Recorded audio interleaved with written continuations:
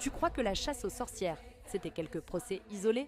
Un délire du Moyen-Âge? Non, c'était un génocide ciblé. Un massacre de masse organisé par l'Église, l'État et la médecine naissante contre des femmes trop libres.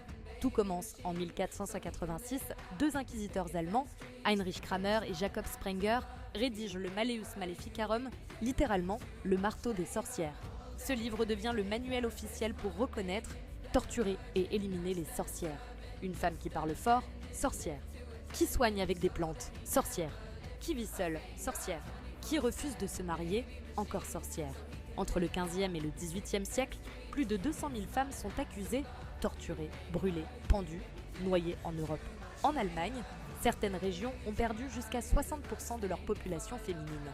En France, en Écosse, en Suisse, c'est une purge.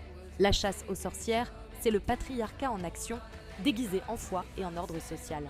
Elles sont battues, marquées au fer, violées, dénudées pour chercher la marque du diable. Elles avouent, sous la torture. Normal, tu tortures n'importe qui, il finira par dire ce que tu veux. Et quand ce ne sont pas les hommes, ce sont d'autres femmes, terrifiées, qui dénoncent pour survivre. La peur divise, le feu purifie.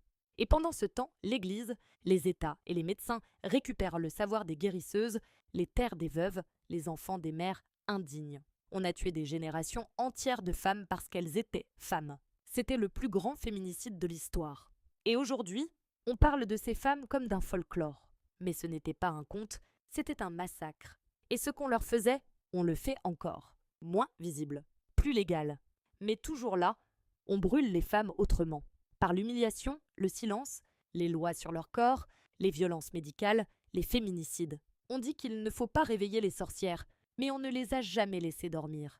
On a rasé leurs terres, écrasé leur savoir. Et aujourd'hui, on leur crache encore dessus en les oubliant. Mais les sorcières ne sont pas mortes. Elles écrivent, elles dansent, elles crient. Et cette fois, elles brûleront le patriarcat, pas les bûches.